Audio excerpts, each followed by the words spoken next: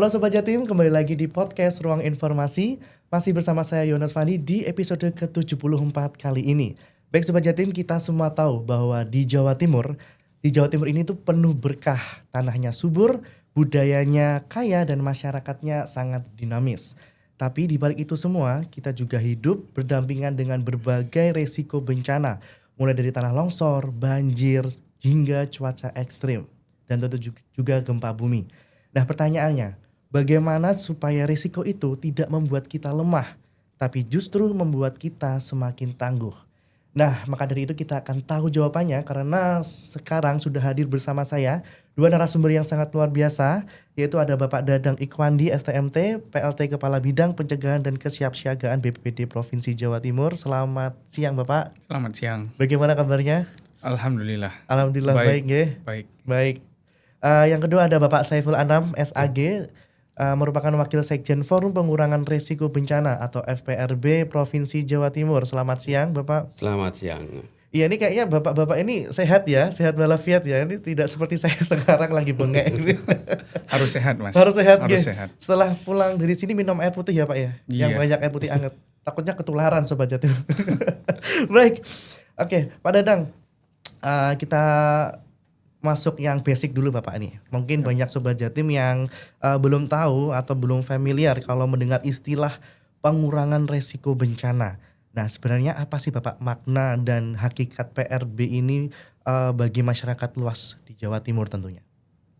Istilah PRB atau pengurangan risiko bencana merupakan upaya sistematis ya, upaya sistematis yang ditinjau dari aspek hazard atau potensi bencana, kemudian aspek vulnerability, kerentanan, kemudian aspek kapasitas atau capacity dari pemerintah maupun masyarakat. Jadi itu merupakan upaya sistematis dalam rangka menurunkan resiko bencana. Oke. Baik, kalau dari Pak Saiful nih Pak, tadi kan kita dengar dari sisi pemerintah yang secara sistematis tersebut, dan saya ingin dengar juga dari Pak Saiful bagaimana PRB ini dimaknai dari sisi masyarakat dan komunitas. Mungkin bisa dijelaskan dulu Bapak, forum pengurangan risiko bencana itu seperti apa? Ya, terima kasih. Yeah. Forum pengurangan risiko bencana itu ini sebenarnya ada juga amanah dari undang-undang kita tentang kebencanaan. Di situ ada diamanatkan untuk forum pengurangan risiko bencana. Okay. Ini merupakan salah satu implementasi dari bahwa bencana itu urusan bersama. Jadi tidak hanya pemerintah aja, tidak hanya masyarakat, semuanya mempunyai tanggung jawab yang sama, mempunyai kewajiban yang sama bahwa bencana itu urusan bersama. Betul. Nah, untuk menyatukan ini salah satunya melalui forum pengurangan risiko bencana. Karena di dalamnya ada multi helik ya kalau sekarang. Kalau beberapa tahun yang lalu ada istilah pentahelik. Sekarang itu sudah multi helik lah. Semua elemen masuk di dalamnya dalam forum pengurangan risiko bencana ini. Karena juga pun di dalam bencana ini kan tidak hanya masyarakat, banyak masyarakat juga teman-teman kita yang disabilitas juga termasuk seperti itu. Jadi kan ini memang harus tanggungan kita bersama, betul ya Bapak ya? Betul. Jadi istilahnya tuh nggak sanggup kalau pemerintah sendiri ngurus bencana ini. Iya, makanya tadi butuh sangat multi helik seperti itu. Baik, Pak Dadang, kalau biasanya orang berpikir bahwa bencana itu kan urusan tanggap darurat. Nah, PRB ini justru bicara soal pencegahan. Kenapa PRB ini penting Bapak ditempatkan di barisan depan ketangguhan bencana dan bukan hanya setelah bencana terjadi? Nah ini yang perlu saya jelaskan ya, bahwa penanggulangan bencana itu dilakukan tidak hanya pada saat terjadi bencana saja. Jadi bencana itu ada 3 fase, mulai dari pra bencana, kemudian saat terjadi bencana, sampai dengan pasca bencana. Nah upaya sistematis tadi dimulai dari fase pra bencana. Di fase prabencana ini ada yang dikenal dengan istilah pencegahan, ada juga istilah mitigasi, kemudian ada juga istilah kesiapsiagaan. Nah, 3 hal ini yang kemudian dilakukan oleh multi helix tadi, tidak hanya pemerintah. Nggih. Nah, dalam rangka apa? Dalam rangka mengurangi resiko bencana. Seperti itu. Dan juga mengurangi korban jiwa ya tentunya Bapak. Iya, tujuan akhirnya itu. Karena kita ada semacam ini ya, satu nyawa adalah tragedi. Jadi satu nyawa itu sangat berharga sekali. Mungkin bisa dikasih contoh Bapak untuk dari sisi pemerintah, misalnya bagaimana menyiapkan pera bencana itu yang sudah dilakukan selama ini itu seperti apa? Baik, banyak hal yang kami lakukan termasuk kegiatan-kegiatan yang kami berkolaborasi dengan Forum Pengurangan Risiko Bencana, di antaranya adalah Desa Tangguh Bencana. Desa Tangguh Bencana sesuai dengan amanat Peraturan Kepala BNPB nomor 1 tahun 2012. Jadi kenapa kok butuh Destana? Karena dari 8.500 desa kelurahan yang ada di Jawa Timur, berdasarkan kajian risiko bencana terdapat 5.254 desa kelurahan rawan bencana kategori tinggi. Dan yang sudah terbentuk Destananya sejumlah 1.900. Nah, Destana ini merupakan upaya pengurangan risiko bencana berbasis komunitas. Ya, berbasis komunitas. Kita ingin membentuk ketangguhan di sisi komunitas yang ada di masyarakat. Nah, tadi pertanyaannya apa saja yang telah dilakukan oleh pemerintah? Banyak. Yang pertama Destana, ada Satuan Pendidikan Aman Bencana yang itu lokusnya ada di sekolah-sekolah. Kemudian ada pelatihan untuk guru-guru melalui TOT SPAB, kemudian early warning system, rambu evakuasi, titik kumpul, pelatihan, dan macam-macam. Jadi berbagai macam usaha yang dilakukan oleh pemerintah, termasuk saat ini di BPBD sudah ada yang namanya Taman Edukasi Bencana. Taman Edukasi Bencana. Itu di mana Bapak? Di selatannya kantor kita. Oh iya yang ada simulator gempa bumi, ada VR, betul. Dan alhamdulillah pengunjungnya sekarang sudah tembus di setiap bulannya itu 2.000 sampai 2.700 orang tiap bulannya. Selain itu kita juga punya Mosipena, mobil edukasi penanggulangan bencana. Jadi kalau sekolah-sekolah yang tidak bisa hadir ke taman edukasi, maka tim kami yang akan datang. Jadi memang upaya pemerintah ini banyak Bapak ya untuk menyiapkan lah para bencana seperti itu nggih. Betul. Nah, bicara soal masyarakat nih Bapak. Tadi kan dari Pak Dadang, dari pihak pemerintah itu sudah menyiapkan sedemikian rupa banyak sekali untuk persiapan risiko bencana. Nah, dari masyarakat Bapak membangun kesadaran risiko itu kan pasti nggak mudah ya Pak ya. Dari masyarakat, apalagi masyarakat kita banyak banget, dinamis sekali. Dan menurut Bapak apa tantangan mendasar dalam menumbuhkan kesadaran masyarakat kita terhadap risiko bencana? Pada dasarnya masyarakat sebenarnya sih sebelum ada BPBD dulu, ketika kita sekolah ya, itu kan sudah ada pelajaran bahwa membuang sampah di sungai itu pasti mengakibatkan banjir. Penggundulan hutan itu juga bisa mengakibatkan banjir. Sebenarnya sudah tertanam. Tapi tidak tahu di akhir-akhir ini itu tidak berkembang pada pemahaman atau penyadaran risiko bencana yang ada. Seringkali juga masyarakat kurang menyadari risiko bencana yang ada di sekitarnya. Kadangkala juga ada orang lain yang tidak hidup di salah satu wilayah yang situ sudah rutin terkena bencana.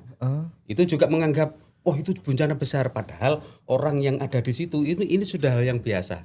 Nah, semacam ini juga terkadang menjadi kendala untuk penyadaran secara bersama juga seperti itu yang terjadi di lapangan. Upaya-upaya yang sering kita lakukan bersama dengan programnya Pak Dadang juga dari BPBD, juga dari teman-teman sendiri ketika terjun ke masyarakat itu yang terjadi. Jadi tantangannya juga memberikan penyadaran ini yang agak sulit. Tetapi bukan berarti kita harus berhenti kan. Dan itu terus harus kita berkreasi untuk bagaimana teknik dan cara agar masyarakat ini bisa menyadari ini loh risikomu. Kalau sudah kita tahu risikonya seperti ini, maka ada dua alternatif yang bisa kita lakukan untuk mengurangi risikonya. Yang pertama adalah tentang meningkatkan kapasitas. kapasitas masyarakat, kapasitas siapapun terhadap risiko bencana itu. Kemudian yang kedua adalah menurunkan kerentanannya. Sehingga kalau nanti dihitung dalam rumusnya, semakin tinggi kapasitas, semakin turun nilai kerentanan, maka semakin kecil nilai risikonya. Begitupun sebaliknya. Kan seperti itu. Betul. Nah, Pak, ini kan tadi sudah Pak Saiful kan sudah menjelaskan nih tantangannya di lapangan itu seperti itu. Bagaimana pemerintah menjawab hambatan seperti itu, Pak? Mungkin dari masyarakat yang kurang aware sama lingkungannya, kurang memperhatikan seperti itu. Mungkin Sebagaimana tadi yang di awal-awal kita bahas bahwa penanggulangan bencana itu urusan bersama. Maka keterlibatan komponen pemerintah merupakan sebuah keniscayaan. Kemudian di sana ada masyarakat, ada akademisi, ada media, dan ada dunia usaha. Nah, keterlibatan seluruh pihak ini penting sekali.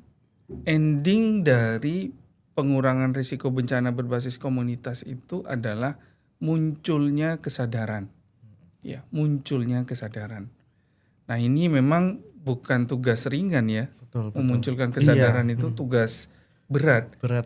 Maka kami mohon bantuan dari sisi media dengan segala macam sumber daya yang dimiliki oleh teman-teman media. Ayo kita secara bersama-sama mengedukasi masyarakat agar kesadaran itu muncul. Dari sisi akademisi dengan segala sumber daya yang dimiliki oleh dunia pendidikan, akademisi, kita ayo bareng-bareng. Bagaimana nih kesadaran masyarakat? Karena di Jawa Timur ini sesuai dengan kajian risiko bencana yang tertuang di dalam Peraturan Gubernur Nomor 53 Tahun 2023, Jawa Timur itu ada 14 jenis potensi bencana loh. 14 jenis potensi ya. Jadi kalau teman-teman BPBD lain dari provinsi lain tuh nyebut kita Palu Gada, Mas. Palu Gada.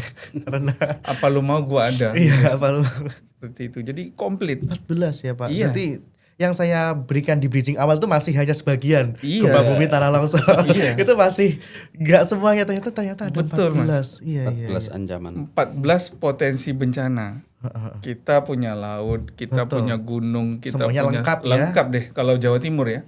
Jawa Timur. Provinsi lain tuh ada yang punya laut tapi nggak punya gunung. Betul. Ada yang punya gunung tapi nggak ada laut. Iya.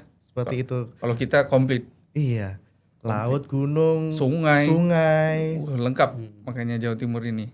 Terus bagaimana Pak caranya BPBD ini untuk apa ya istilahnya ya? Kan ini kan benar-benar tadi Bapak bilang 8.000 desa ya Pak yang potensi. Bukan, 8.500 desa itu yang ada di Jawa Timur. Dari 8.500 itu ada 5.254, 2/3-nya. Bagaimana cara BPBD provinsi nih untuk membaur kemana-mana itu kan banyak sekali Bapak. Ya, jadi kami tadi salah satu contoh program Destana itu 1 tahun kan di antara 40 sampai 70 desa yang kami intervensi dengan program ketangguhan, program Destana tadi. Kita berkolaborasi nih dengan FERB. Ya, berkolaborasi dengan FERB untuk melaksanakan kegiatan di sana selama 7 hari. Ya, jadi masyarakat dilatih, diberikan pemahaman, kemudian menyusun indikator-indikator Destana sesuai dengan peraturan Kepala BNPB nomor 1 tahun 2012. Di hari terakhir itu ada giat praktek, pelatihan, kemudian juga penanaman bibit tanaman buah. Nah, ini tentu tantangan ya. Tapi kita bersyukur karena Ibu Gubernur kita, kemudian Bapak Wakil Gubernur, Pak Sekda adalah sosok yang betul-betul memahami kebencanaan. Karena kan beliau-beliau lama di Kementerian Sosial kan. Iya, pasti tahu lah ya. Iya, jadi sudah apa masyarakat ini butuhnya apa. Sudah paham lah terkait bencana. Iya.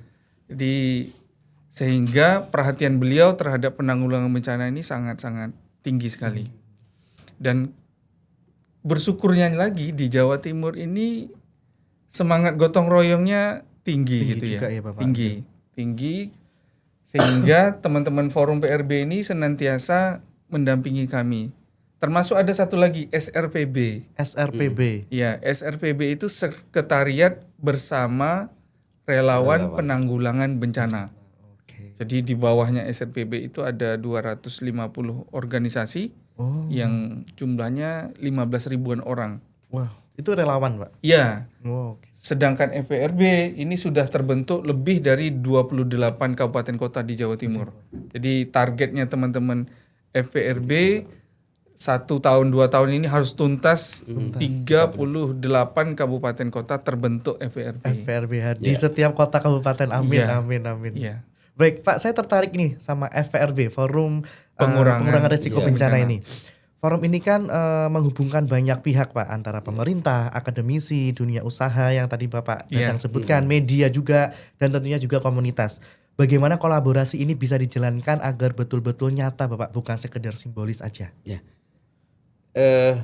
Di awal kita ini kan semacam apa ya, para aktivis di FPRB ini juga kan kebanyakan para relawan juga yang realnya di Jawa Timur itu seperti itu. Biasanya relawan itu kan paling suka dengan ngopi, Mas. Iya, Ngopi santai-santai. santai. Nah, itu yang menjadi salah satu langkah real kita. Kita selalu anjang sana, apa istilahnya itu sinau bareng ke sana kemari ngopi bareng. Nah, di tengah-tengah aktivitas itu selalu kita kita suntikkan beberapa ide-ide tentang pengurangan risiko bencana. Kita ketemu dengan wartawan, kita juga mengajak mereka juga seperti itu. Ketemu dengan para akademisi juga seperti itu. Di dalam kita itu juga ada akademisi, juga teman-teman wartawan seperti itu. Teman-teman guru juga seperti itu. Banyak dosen juga loh. Banyak dosen juga. Ada juga malah mahasiswa yang meneliti tentang pengurangan risiko bencana, itu juga datang ke kita. Ya alhamdulillah kita welcome dan itu kita dorong terus. Memang itu salah satu upaya untuk mengurangi risiko bencana juga. Dengan pendekatan-pendekatan seperti itu ya, Bapak. Siap. Ya? Dan ternyata semua lapisan masyarakat masuk, mahasiswa juga ada, tadi dosen-dosen, lalu dunia usaha. Badan usaha seperti itu. Baik, menarik sekali ya, Pak ya. Jadi memang tidak bisa hanya pemerintah aja yang melakukan ini. Betul. Nah, dari sisi BPBD, Bapak, bagaimana sinergi ini kemudian diterjemahkan dalam program resmi, Pak Dadang? Jadi kami bersama-sama FPRB itu setiap tahunnya ada rapat koordinasi FPRB. Rakor FPRB. Iya, rakor FPRB. Setiap tahunnya wajib ada sekali. Nah, itu yang kemudian secara sistematis kami mengumpulkan berbagai macam elemen yang ada di FPRB untuk kemudian ayo tahun ini ada masalah A, B, C, D, mana nih yang kita selesaikan? Dipetakan bareng-bareng. Iya. Mana yang tahun ini bisa kita selesaikan nih? Kalau tahun ini kami bersama-sama FPRB itu paling tidak 2 hal. Yang pertama nanam-nanam, yang kedua bersih-bersih sungai. Ya. Selain ada side program yang lain, ini yang 2 utama yang dilakukan tahun ini ya, Bapak ya. Iya, kami mengajak FPRB kita nanam pohon produktif. Emang banyak yang gundul, Bapak, di Jawa Timur sekarang ini? Ya, teman-teman bisa lihat sendiri ya di berbagai macam media itu terkait dengan lahan-lahan kritis. Dan kita juga beberapa kali mengalami kan berbagai longsor, banjir bandang, kemudian banjir sendiri. Yang di Pacet terakhir itu ya, Pak ya, yang sampai tutup jalan. Iya, sebelumnya lagi ada yang banjir bandang besar di Batu. Ya, itu yang 12 korban ya. Seperti itu. Nah, ini perlu upaya-upaya dari seluruh pihak sih. Tidak bisa BPBD sendiri. Termasuk dengan teman-teman Kominfo, teman-teman media. Bagaimana nilai-nilai pengurangan risiko bencana itu bisa tersebar luas ke seluruh lapisan masyarakat. Luar biasa. Tadi untuk sungai juga ya, Bapak ya, sungai juga tadi pengerukan sampah itu juga. Betul. Karena itu kan juga salah satu akibatnya kalau misalnya sungai itu tersumbat kan banjir di mana-mana. Gitu. Oke. Baik, nah Bapak, di era digital nih Pak ya, di era digital sekarang ini tentu ada banyak inovasi dan tentunya di BPBD itu ada pengetahuan baru atau teknologi apa yang sedang digunakan Bapak untuk membaca potensi risiko sekaligus memperkuat kesiapsiagaan bencana? Di BPBD ada satu unit namanya Pusdal Ops. Pusdal Ops. Ya, Itu Pusdal Ops, apa Bapak? Pusat Pengendalian Operasi. Pusdal Ops PB, Pusat Pengendalian Operasi Penanggulangan Bencana. Nah, di tim Pusdal Ops itu secara 24 jam 7 hari seminggu, tidak boleh ada yang kosong itu, memantau seluruh potensi alam yang kemudian bisa diketahui mana yang berpotensi bencana, mana yang tidak. Contoh, sekarang kan di fase musim kemarau ya, meskipun kemarau basah ini, itu pemantauan titik api bisa kita lihat di Pusdal Ops itu, termasuk arah pergerakan angin, kemudian titik-titik yang berpotensi curah hujan, tinggi, sedang, rendah. Tektonik vulkanik juga Iya, termasuk status gunung berapi. itu bisa diketahui, kelihatan kelas 1, kelas 2, kelas 3, kelas 4. Seperti itu. Yang 24 jam 24 jam, Pusdal Ops betul. ini ya. Kemudian selain itu tinggi muka air sungai, itu terpantau semua. Nah, sistem ini merupakan sistem kolaborasi seluruh pihak. Jadi kolaborasi kita dengan BMKG, kolaborasi kita dengan BBWS, kolaborasi kita dengan PVMBG dan lembaga-lembaga yang lainnya. Selain itu, Pusdal Ops-nya BPBD Provinsi terkoneksi dengan 37 Pusdal Ops kabupaten kota. Kenapa kok 37? Karena Kota Mojokerto belum ada BPBD. Iya, itu belum ada. Jadi terkoneksi dengan 37 Pusdal Ops kabupaten kota. Selain itu kita juga terkoneksi dengan lembaga-lembaga tadi. Yang PVMBG, BMKG, TNI, Polri, terkoneksi semua. Oke. Ya. Yang itu kemudian ketika ada laporan kejadian bencana, itu pasti tim Pusdalop akan melakukan cek and recheck dulu sebelum itu dipublish ya. Termasuk kadang-kadang saya itu membantu teman-teman Pusdalop cek ke teman-teman relawan, karena teman-teman relawan ini, teman-teman FRB ini kan ada di lapangan mereka. Jaringan mereka kan sangat banyak. Sangat luas nggih. Sangat luas. Saya cek benar nggak ini ada kejadian di sini? Oh benar. Saya sampaikan ke Pusdalop. Jadi Pusdalop itu jumlahnya lebih dari 18 orang, tapi seluruh personil BPBD itu biasanya untuk hal-hal tertentu juga akan membantu Pusdalop melakukan check and recheck. Ya. Karena seringkali kalau di media sosial itu ada pemberitaan-pemberitaan yang ternyata hoax, Mas. Karena hoax. Iya. Contoh waktu itu ada beredar di medsos erupsi, captionnya itu erupsi Gunung Semeru. Oh iya saya pernah. Tapi ternyata itu bukan Gunung Semeru. Setelah kita cek and recheck, ternyata gunung di Hawaii. Jauh ya. Iya, jadi videonya tuh menyeramkan, ada aliran magmanya. Magmanya keluar. Iya. Tapi captionnya Semeru. Seperti itu. Semeru erupsi lagi gitu. Nah, kita membantu cek and recheck, ternyata itu hoax gitu ya. Dan juga kan terkoneksi di 37 Kapko ya Bapak ya. Iya, dan itu betul. kan mempercepat juga, misalnya di Kabupaten A, Kota B atau Kabupaten C ada apa-apa langsung bisa melaporkan dan bisa saling kerjasama cek and recheck secara cepat gitu ya. Betul. Baik, Pak Anam. Nah, masalah lain ini kan mungkin tadi Bapak kan menyampaikan informasi. Yang ini kan kita nggak tahu ini hoax atau tidak. Nah, bagaimana caranya supaya informasi PRB ini, pengurangan risiko bencana ini bisa dipahami masyarakat Bapak secara sederhana, termasuk ini Pak, di daerah yang jauh dari akses komunikasi. Kan kita tahu sendiri, kita tidak bisa memungkiri ya Bapak ya. Walaupun sekarang memang zamannya teknologi yang berkembang pesat, tapi masih tetap ada saudara kita yang mungkin masih belum terkoneksi seperti itu. Nah, bagaimana cara forum PRB ini supaya informasi ini bisa diakses masyarakat secara sederhana?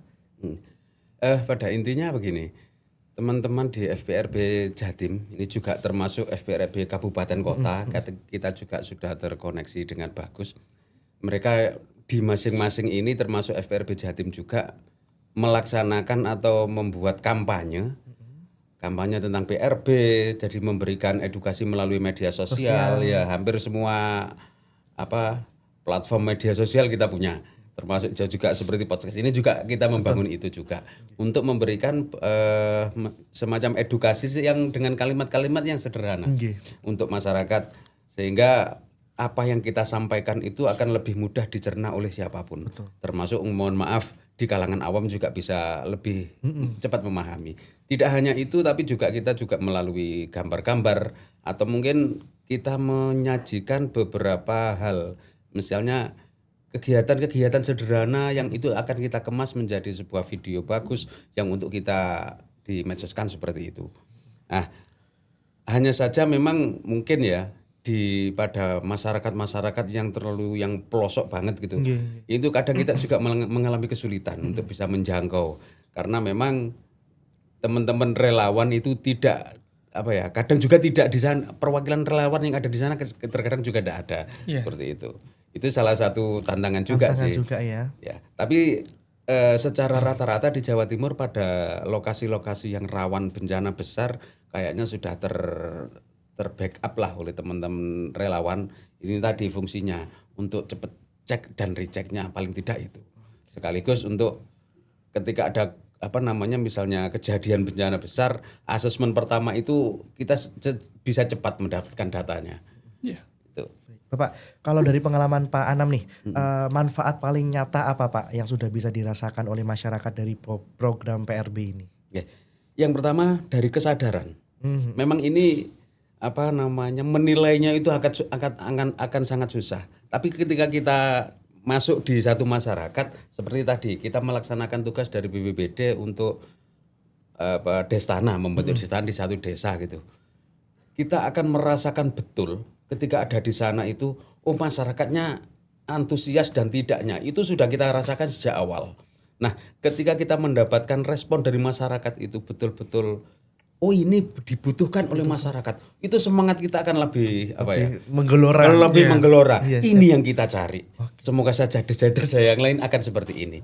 Dan itu memang bisa saja tergantung pada pengalaman di desa itu sendiri. Ketika pengalaman desa ini sama sekali tidak pernah terjadi bencana, ini biasanya ya, tidak pernah mengalami kejadian bencana, itu akan susah. Kita menarik masyarakat untuk tentang penyadaran risiko bencana, susahnya minta ampun. Mereka udah pikir udah aman gitu. Iya, karena mereka tidak pernah merasakan dirugikan itu. Tapi ketika satu desa ini pernah merasakan, sudah satu kalimat klik aja, mereka sudah langsung sepakat. Oh ya, kita akan serius melaksanakan program ini. Seperti itu. Nah, ini yang saya pengen kulik nih Pak, ini menarik juga kan. Tadi saya awal juga bilang inklusivitas ya. Mungkin buat bagaimana tanggap darurat ini bisa sampai juga ke teman-teman kita yang disabilitas seperti itu Bapak kan. Karena kan juga kalau bencana ini kan kita nggak bisa lihat siapapun orangnya yang ada di situ kan Pak ya. Kan pasti ada semua orang, termasuk juga teman-teman kita disabilitas. Nah, bagaimana upaya FPRB ini untuk menggandeng mereka supaya mereka tahu ini loh ada semacam sosialisasi, lalu ada BPBD, ada program ini seperti itu, bagaimana Bapak? Karena saya tahu di Jawa Timur ini untuk inklusivitas ini luar biasa bagus. Di FPRB Jatim kita juga banyak anggota yang berasal dari teman-teman dari berbagai ragam, dari berbagai ragam disabilitas. Ada Pertuni, ada Gerkatin. Bahkan nanti di FPRB Jambore kita kan aku mengadakan Jambore ini yang ketiga di Banyuwangi. Di Banyuwangi. Kapan itu Pak? Tanggal 12, 13 sama 14 September. 13, 14. Saya melihat ini teman-teman disabilitas sudah banyak yang daftar ini untuk ikut kegiatan tersebut. Menarik itu Pak. Begini, kita memandang mereka sama dengan kita. Mereka punya hak untuk aman, mereka punya hak untuk tidak khawatir, sama dengan kita. Maka kita juga memperlakukan mereka dengan apa yang mereka bisa, apa yang mereka mampu. Ayo kita bersama-sama saling belajar. Berarti memang udah ada istilahnya udah digandeng Bapak ya, teman-teman semuanya sama lah ya. Karena konsep kita tidak ada satupun yang harus tertinggal dalam hal penyelamatan. Nggak boleh ada satu orang pun yang tertinggal. kita harus bisa memenuhi apa yang dibutuhkan mereka ketika, nah kan itu. Nah itu juga harus dipahami oleh paling tidak oleh relawan, oleh masyarakat sekitar. Nah, itu tadi salah satu indikator di Destana kan itu juga tentang disabilitas itu apa backup agar orang ini ada jaminan untuk selamat. Kan begitu. Betul. Oke, dari Pak Dadang sendiri juga mungkin kan juga ada lansia, ibu hamil seperti itu juga termasuk Bapak ya. Bentuk perhatian serius pemerintah Provinsi Jawa Timur terkait dengan teman-teman disabilitas, kami membentuk unit yang namanya ULDPB. Unit Layanan Disabilitas Penanggulangan Bencana. Dan sudah ada strukturnya. Iya. Nah, ULDPB ini kami telah melakukan ya beberapa kali karena baru tahun kemarin terbentuknya berbagai macam pelatihan untuk teman-teman dari berbagai macam ragam disabilitas tersebut. Kami menggandeng Siap Siaga. Siap Siaga itu salah satu ya semacam NGO dari Australia yang secara bersama-sama dengan BPBD Provinsi Jawa Timur dengan teman-teman FPRB, SRPB untuk kemudian membentuk ULD ini. Ini upaya optimalisasi pelayanan, kemudian upaya optimalisasi keterlibatan teman-teman disabilitas dalam penanggulangan bencana. Jadi mereka banyak loh potensinya mereka. Saya masih ingat ya ketika kejadian gempa, likuifaksi, tsunami di Palu, itu teman-teman dari Gerkatin itu gerakan untuk kesejahteraan tunarungu. Itu kemudian menghimpun dana besar ternyata untuk kemudian dibantukan ke Palu sana. Jadi teman-teman dari berbagai macam ragam disabilitas itu mereka sebenarnya punya potensi loh. Tinggal kita menggalinya. Betul.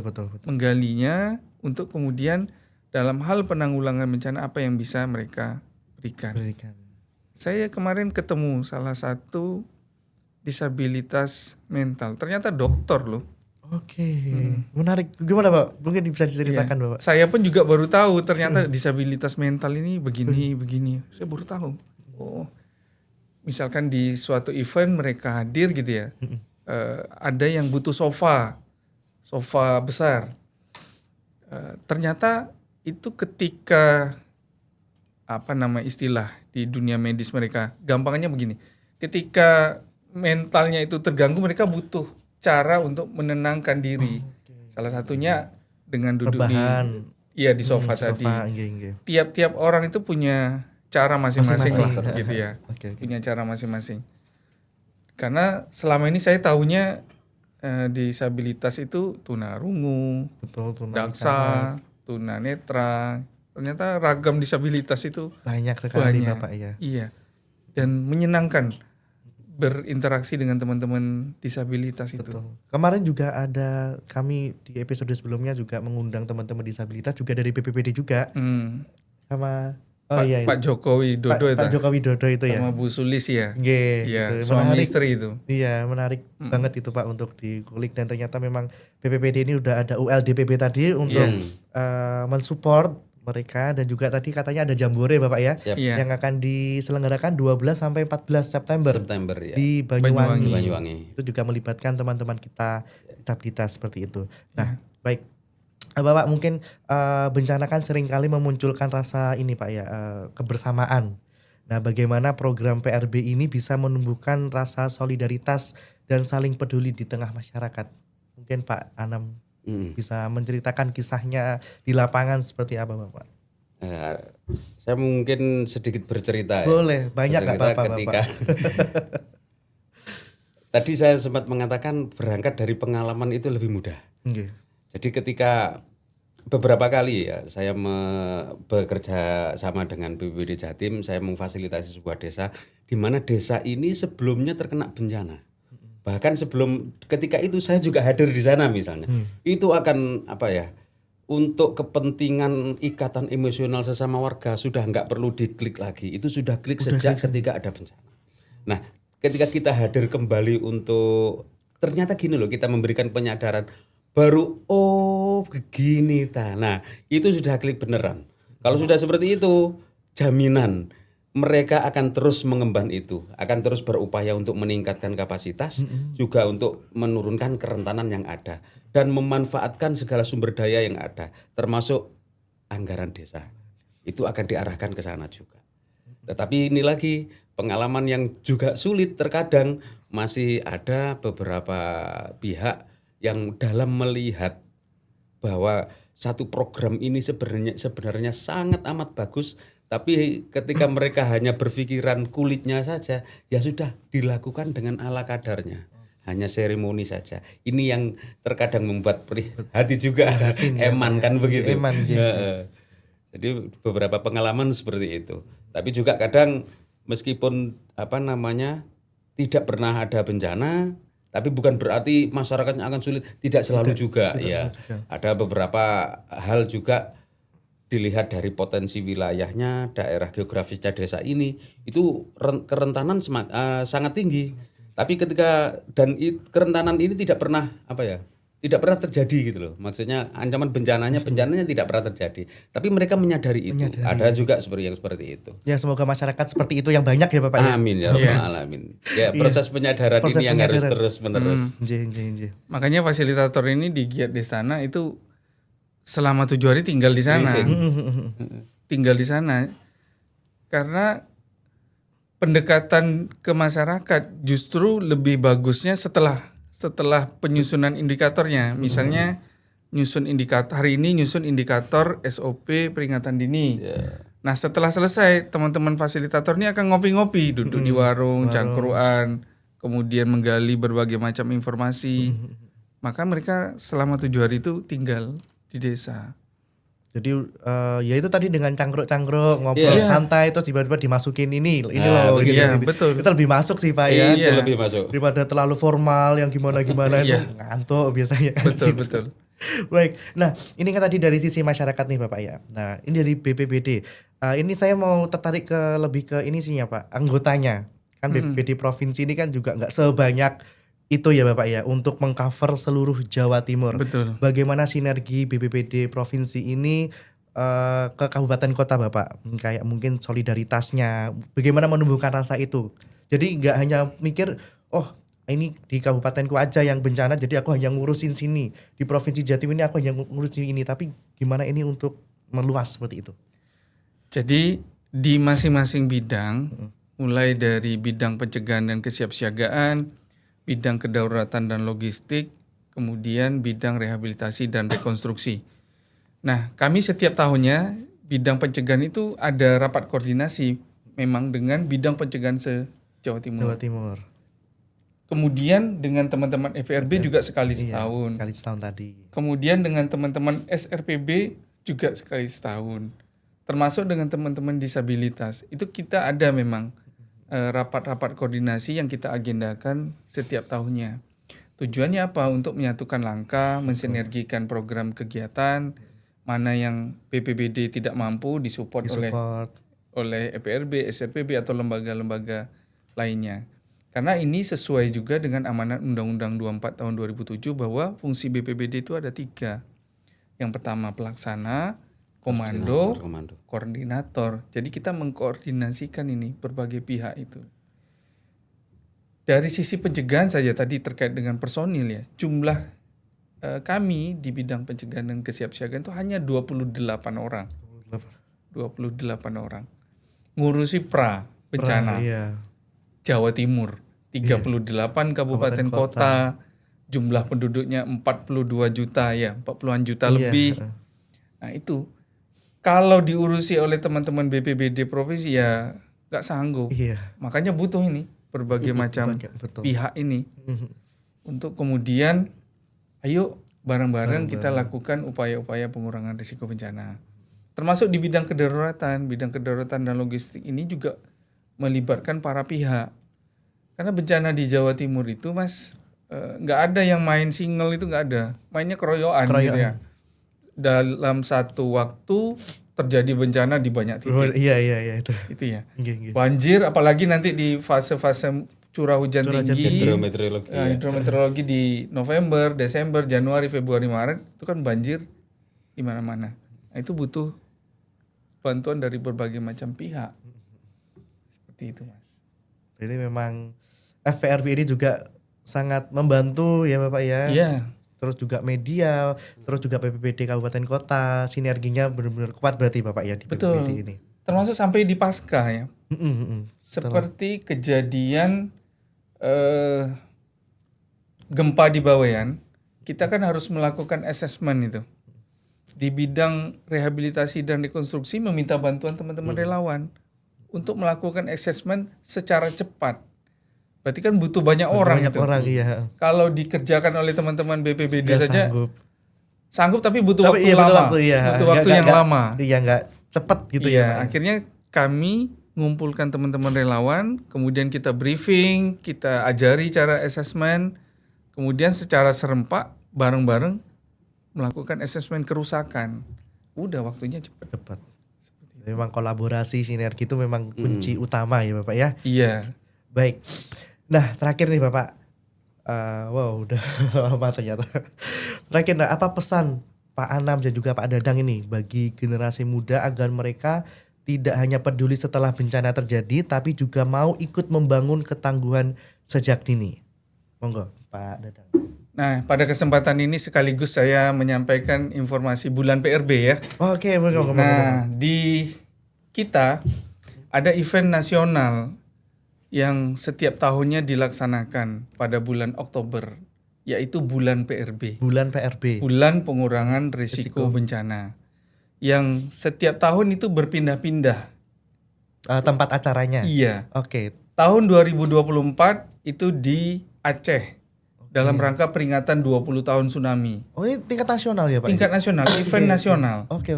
Tahun ini ditempatkan di Jawa Timur. Wah tuan rumah berarti Tuan ya. rumah. Oke. Tuan rumahnya di Di Jawa mana? Timur dan kita tempatkan di Mojokerto Raya. Mojokerto Raya. Bulan Pengurangan Risiko Bencana di Mojokerto Raya karena kita ingin filosofinya nih ya Nggih. dari bumi Majapahit untuk ketangguhan Indonesia. Nggih. Seperti itu. Nanti berbagai event Iya. Rangkaiannya apa Pak itu? di antaranya adalah berbagai pelatihan. Pelatihan PPGD, Basic Life Support akan dilaksanakan di sana. Ada pameran penanggulangan bencana, ada pelayanan, ada sharing session, ada giat penanaman, ada giat pertemuan FPRB se-Indonesia. Se-Indonesia. Kemudian ada acara puncak. Acara puncak mitigasi spiritual. Jadi kita akan ada ceramah kebencanaan, ada sholawatan, seperti itu. Kemudian ada doa mendoakan bangsa Indonesia, mendoakan Jawa Timur aman dari bencana. Itu nanti di acara puncaknya. Di tanggal 1 sampai 3 Oktober. 1 sampai 3 Oktober ya Bapak 1 ya. sampai 3 Oktober ada senam massal dengan berbagai macam hadiah nantinya. Ada lomba-lomba. Jadi dipusatkan di Mojokerto Raya, Kabupaten Mojokerto maupun Kota Mojokerto. Jadi silakan kunjungi, datangi. Karena berbagai ilmu nanti ada didapat di sana. Tidak hanya pemateri dari dalam negeri, termasuk nanti dari Jepang, dari luar negeri lah. Baik. Di sharing sessionnya. Siap. Nah, teman-teman relawan, teman-teman mahasiswa itu bisa mendapatkan manfaat dari kegiatan itu. tersebut. Termasuk pelayanan. Ada Pelayanan apa Pak itu Pak? Ini yang sudah mendaftar 20 lembaga. Pelayanan kretek. Kretek, pijat kretek. Oh iya. Pelayanan totok saraf, pelayanan sunatan, SIM, KTP Itu bisa dinikmati masyarakat secara ya? gratis. Oke. Pelayanan medical check up, pelayanan macam-macam nanti. Nggih. Jadi kita tempatkan di alun-alun Mojokerto. Jadi eventnya nanti tempatnya banyak. Ya. Masyarakat bisa tahu di mana Pak informasi ini Bapak? Di websitenya kita. Insya Allah tanggal 2 September akan kita launching. Oke, Seperti itu. baik. Jadi silakan datang, kemudian manfaatkan. Ada pelatihan, ada sharing ilmu tadi. Sehingga harapannya bulan PRB ini meningkatkan pemahaman masyarakat akan arti penting pengurangan risiko bencana. Baik, Sobat Jatim, di note ya 1 sampai 3 Oktober 2025 akan ada bulan PRB tingkat nasional yang Betul. Jawa Timur ini menjadi tuan rumahnya dan oleh provinsi akan ditempatkan di Mojokerto Raya. Ya. Betul. Tadi benar-benar menarik sekali, ada mitigasi spiritual itu baru saya dengar ini Bapak. Iya. Mitigasi spiritual juga ada, pendoakan juga untuk bangsa Indonesia. Betul. Dan juga banyak sekali layanan-layanan yang akan dihadirkan di sana. Betul. Ada Baik, giat jadi penanaman juga. penanaman juga Iya. seperti itu. Jadi jangan sampai dilewatkan Betul. bulan Oktober tanggal 1 sampai 3. Nah, baik Bapak, pesan Bapak untuk generasi muda nih Bapak agar mereka peduli terhadap kesiapsiagaan bencana. 1, kita jaga alam, alam jaga kita. Luar biasa. Baik, Pak Anam, monggo mungkin ada apa Bapak pesan buat generasi muda supaya mereka juga ikut membangun ketangguhan sejak dini. Monggo. Mengurangi upaya atau ikhtiar mengurangi risiko itu salah satu alternatif terbaik untuk kita selamat dari bencana. Selamat jiwa, selamat harta, selamat segala sesuatunya. Dan untuk mengarah ke sana, maka kesadaran itu sangat penting. Dan untuk siapapun, untuk berikhtiar menyadarkan siapa saja orang-orang di sekitarnya, itu amat sangat mulia untuk dilakukan. Baik.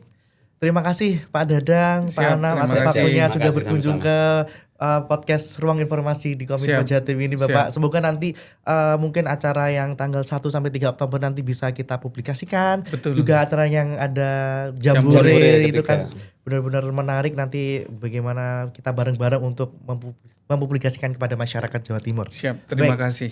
Sobat Jatim, luar biasa sekali obrolan kita pada hari ini, dan terima kasih juga untuk Pak Dadang, Pak Anam dari Forum PRB, Pak Dadang dari BPPD Jatim atas insight dan pengalaman yang telah dibagikan kepada kita semua. Dan Sobat Jatim, kita belajar bahwa menghadapi resiko bencana bukan hanya urusan pemerintah. Ini adalah tanggung jawab dan kolaborasi kita bersama. Dibutuhkan pemahaman, strategi yang tepat, dan yang paling penting adalah kebersamaan. Kalau kita bersatu, kita pasti lebih tangguh menghadapi apapun bencana itu. Semoga semua obrolan ini menginspirasi Sobat Jatim dan Sobat Tangguh untuk selalu waspada, lebih siap, dan ikut menjadi bagian dari ketangguhan bangsa Indonesia, terutama di Provinsi Jawa Timur. Baik Sobat Jatim, saya Yonas Fandi, Pak Dadang, Pak Anam, dan seluruh kru Kominfo Jatim yang sedang bertugas mengucapkan terima kasih dan sampai jumpa. Salam tangguh. Tangguh, Salam tangguh, tangguh.